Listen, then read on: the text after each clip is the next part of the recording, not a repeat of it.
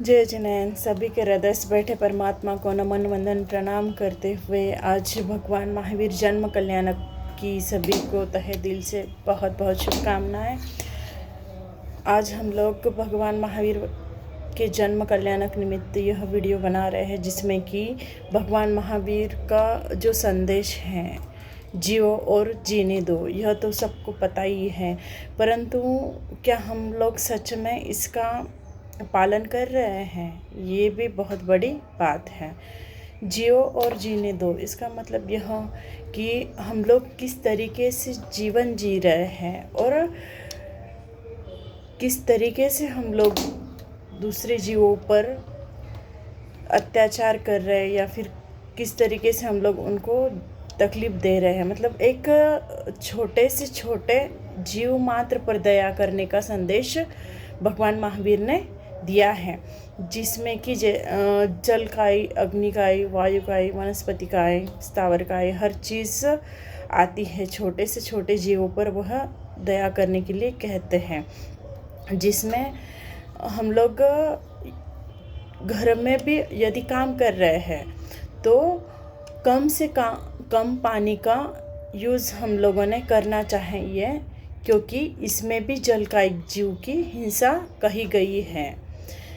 तो यदि हम लोग आज के आधुनिक दुनिया में यदि इस चीज़ को समझना चाहते हैं तो हम लोग हर चीज़ के पीछे लॉजिक ढूंढते हैं।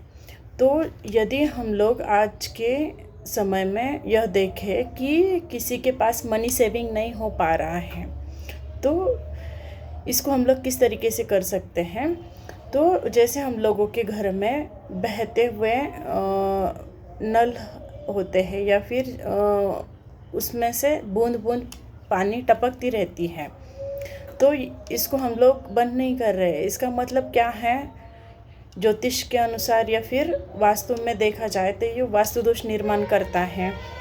जल यदि ढूंढ रहा है, मतलब वो वेस्ट हो रहा है हमारे घर में यदि, तो इसका मतलब यह है कि हमारे घर से लक्ष्मी भी वेस्ट हो जाएंगी, पैसा भी वेस्टेज में चला जाता है, बीमारियों में लग जाता है। तो यदि हम लोगों का मनी सेविंग नहीं हो रहा है तो हम लोग एक चीज़ अवश्य करके देखना कि कम से कम पानी का इस्तेमाल कीजिए, जिससे कि आपकी मनी सेविंग होना स्टार्ट हो जाएंगी।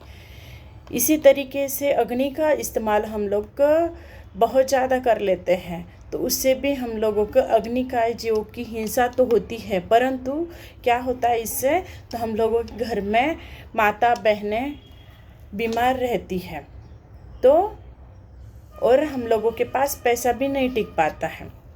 तो इसके लिए हम लोग कम से कम अग्नि का यूज़ करें।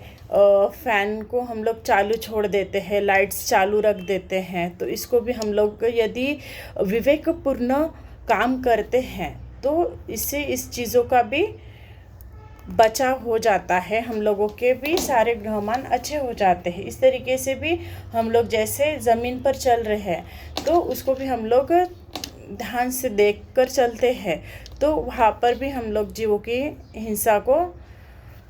को बचा सकते हैं। किस तरीके से, तो ज़मीन पर छोटे मोटे जीव तो होते ही हैं, तो उसको हम लोग देख देख के चलते हैं, तो उससे भी उसकी जीव हिंसा से हम बच जाते हैं और पृथ्वी का जीव की हिंसा हम लोगों से नहीं होती है।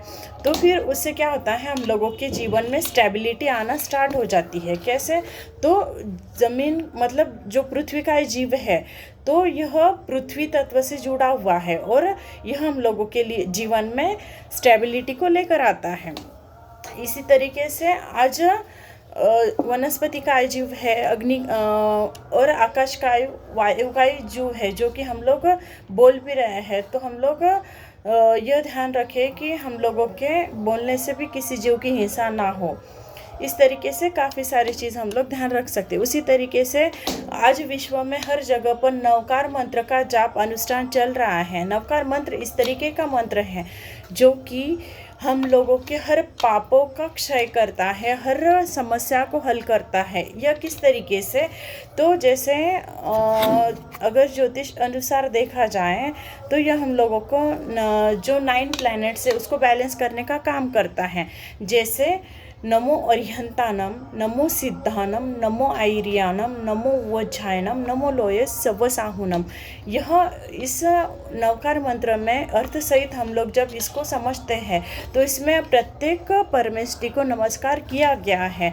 तो यह सिर्फ जैन धर्म ही नहीं, हर व्यक्ति इस आचरण, इस मंत्र को यूज करके अपने ग्रह ठीक कर सकता है, क्योंकि भगवान महावीर सिर्फ एक प्राणी मात्र के ही नहीं, हर जीव के लिए उन्होंने यह संदेश दिया है। क्योंकि जैन धर्म आचरण वाला धर्म है, यह नहीं कि जन्म से कोई जैन है तो वही जैन धर्म को पालन कर सकता है। जैन धर्म तो हर व्यक्ति कर सकता है। किस तरीके से हम लोग अब इसको अपने प्लैनेट से जोड़ लेते हैं, ये समझते हैं। जैसे किसी के कुंडली में सूर्य ग्रह का दोष है या फिर सूर्य ग्रह को ठीक करना है, उन लोगों ने नमो सिद्धानम इस मंत्र का जाप करना चाहिए।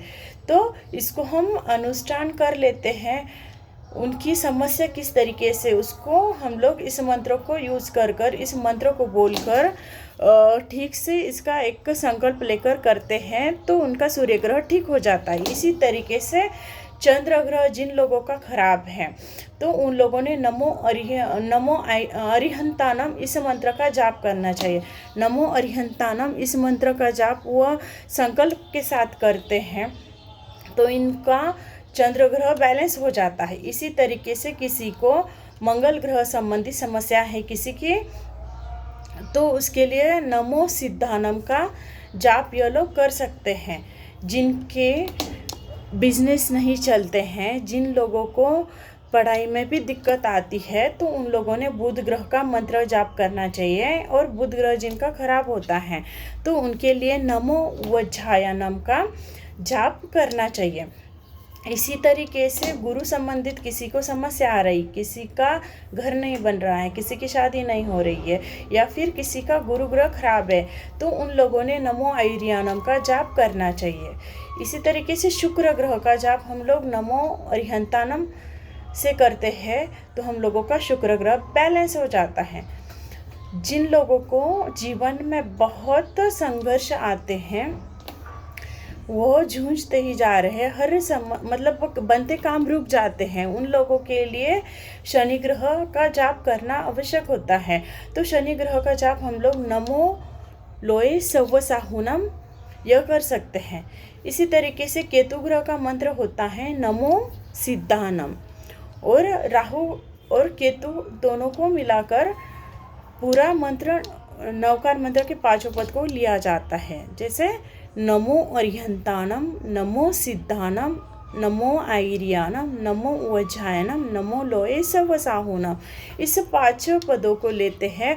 और इस मंत्र को बोलने से पहले जैसे ओम नमो अरिहंतानम, ओम नमो सिद्धानम, ओम नमो आयरियानम, ओम नमो वज्रायनम, ओम नमो लोये सवसाहुनम, इस चीज़ को हम लोग करते हैं तो हम लोगों के सारे ग्रह ठीक हो जाते हैं। तो इस्तेमाल कीजिए इस मंत्र को और अपने जीवन में सभी चीज़ों को ठीक कीजिए, क्योंकि यह पंच नमस्कार मंत्र जो है वह हम लोगों के हर दोषों को, हर पापों को नाश करने वाला है और मोक्ष का सुख दिलाने वाला यह मंत्र है। जय जिनेंद्र।